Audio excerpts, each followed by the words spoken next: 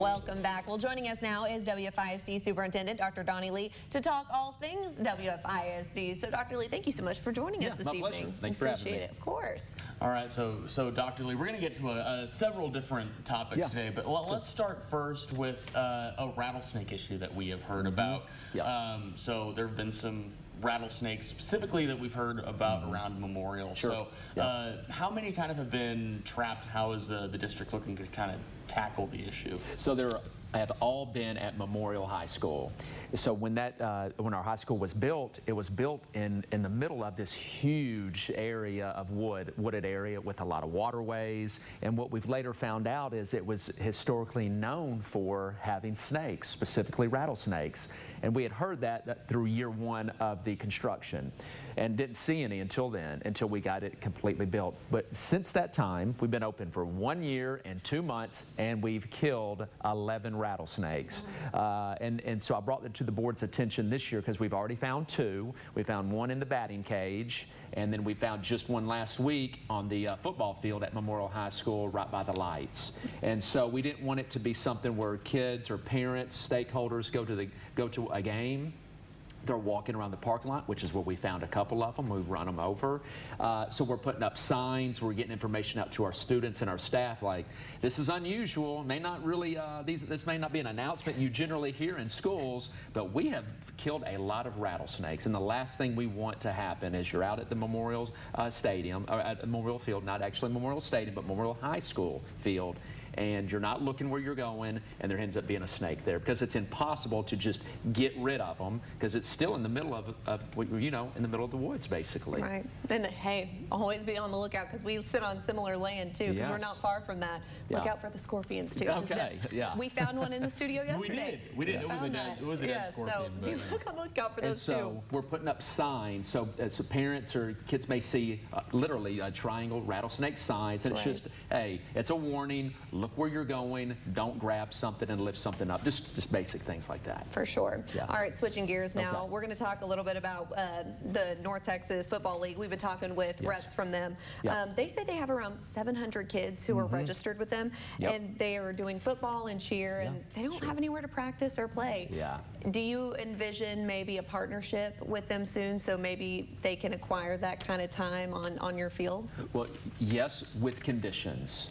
And so there's a couple things that, first of all, we know that those 700 kids are Wichita kids. They want to play, they want to play football. They're in the falls. And so first of all, we acknowledge that and want to be good partners and good neighbors. However, in order to use our facilities, there's a couple things that need to take place. One, that league would need to be insured.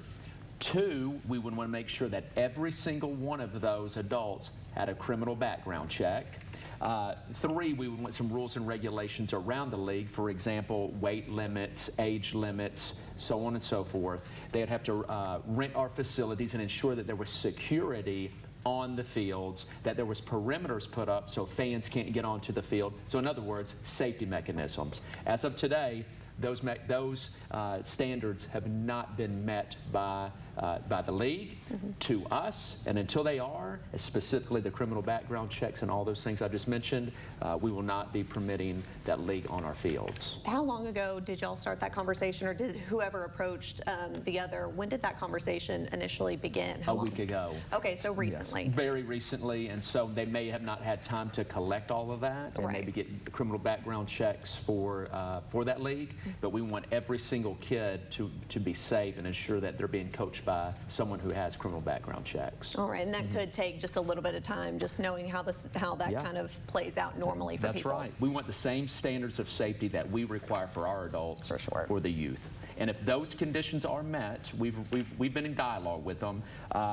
We will go into an exchange with them, a partnership with them. It may not be for 25, 26, depending on the timeline on this, because, I mean, the time is here and it's now. But if not now, we did express that we'd be having an interest in 26, 27. Those are our kids, Wichita Falls kids, that'll be playing for our schools or the surrounding areas soon. So we want them to have fun, enjoy it, but be safe. For sure.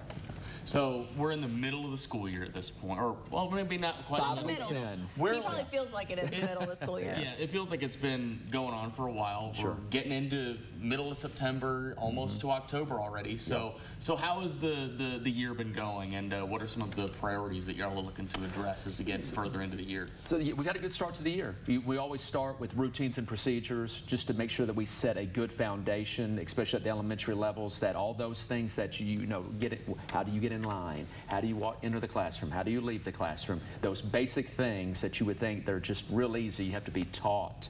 And so we've been doing a lot of that at the elementary level that first week. At the middle school, same way in high schools, but the big thing, the big change has been cell phones. And so they can't have their cell phones. So that was a big adjustment for a lot of students the first week. But after that, you see kids actually talking to each other and enjoying each other's company, playing games at lunch. So that part's been good. Then moving forward, there's been a very intentional focus on academic improvement at Wichita Falls ISD. We've got amplified curriculum, systematically, vertically aligned all the way through. That is for our reading. And then we've got Bluebonnet math curriculum that we've been working on. So we've got a good structured curriculum. We structured our personnel to have the right people on the bus and the right seats going in the right direction. And we've also got a great partnership with Third Future for Hershey. So we know that we're headed in the right direction. We're turning that battleship nice and easy. And we feel like we're in a great, successful plan for a successful 25-26 school year. We love to hear that. And finally, we're running out of time, so we would love to quickly touch on this. The district received a superior achievement grade from FIRST, also known as the Financial Integrity Rating System of Texas. It went from an 86 to a 96 from last year's. So what is your reaction to that? You know, we're excited about that. It's a testament that we're being good stewards with taxpayers' money, that we're being very cautious on how we spend the money, what we spend the money on, that we're building up reserves in case of any emergencies. And it's just a testament to our district and basically a beacon to the community that we're in good hands financially. All right, perfect. Happy to hear it. Thank you. Dr. Lee, thank you so much for your time this evening. We appreciate it, of course. Well, don't go anywhere. Tobin's in next with sports.